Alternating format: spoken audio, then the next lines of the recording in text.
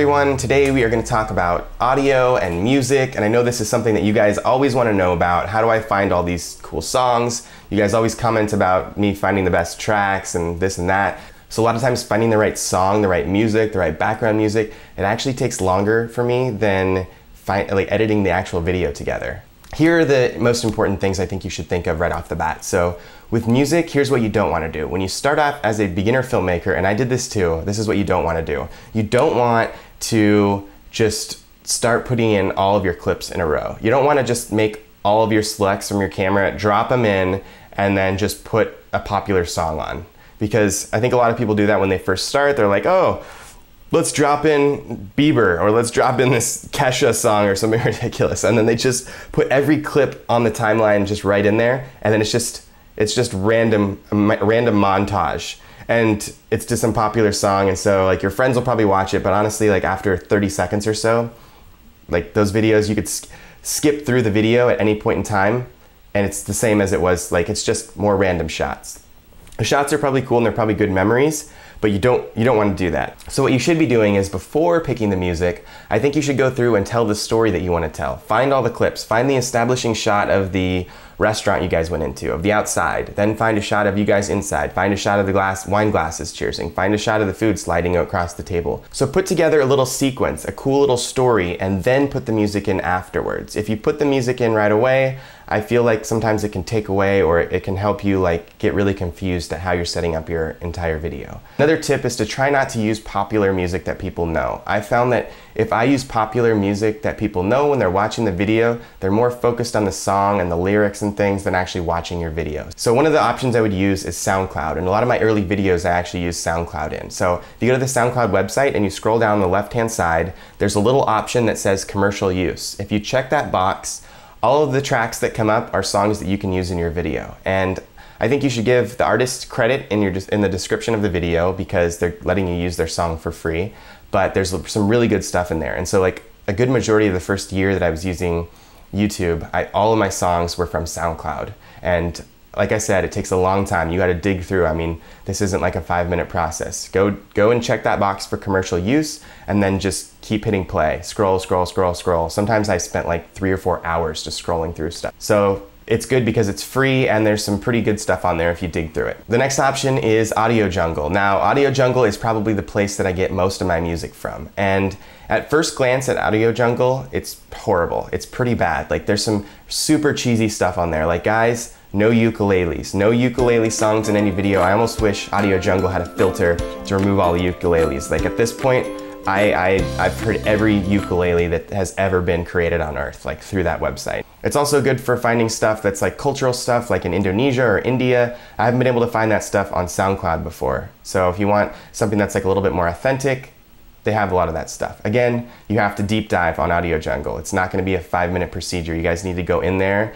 and just like hit play, play, play, play, play. So another reason Audio Jungle is great is because you have the license to all the music. You're paying for the song, and most of the songs cost anywhere from, I think, like $10 up to 20 or 30 US dollars. So I know that can be a lot for you guys in a lot of cases, but if you get to the point where you want to start monetizing your videos on YouTube, I think it's really important, because you're owning the license to the song, and to license a song for that amount is like nothing compared to some of the other options that are out there. So I'd say that the quality of stuff on Audio Jungle is okay. It's not super great though, but the super great stuff I'll get to in a minute is more expensive. So Audio Jungle is a great resource. Like I said, a lot of my videos use music from Audio Jungle, and yeah, it's been pretty good. Next resource is the Music Bed. Now, the Music Bed by far, hands down, is the best site out there for music. Like if you guys have a budget, if you're doing a travel film for a company and there's some money out there, hands down, the Music Bed is amazing. However, most of the songs I think cost anywhere from $200 to $300. I think there's some discounts out there if you're like a nonprofit, if you're using something for personal use, but if you're posting it on YouTube and your channel's monetized, then you have to pay for the expensive track. So I've used it in a few videos. If I have some videos that I come out with that are like really epic or really important to me, and they're like big deals, or if they're with brands and I have a budget, and the stuff there is so good, it's the best. So if you have money and you want your stuff to be epic, the Music Bed. So another service that's out there that's very similar to the Music Bed, but It's a subscription service. It's called Artlist. So Artlist is $199 a year, and it allows you to use unlimited songs. You guys can go in there and download every single song you want.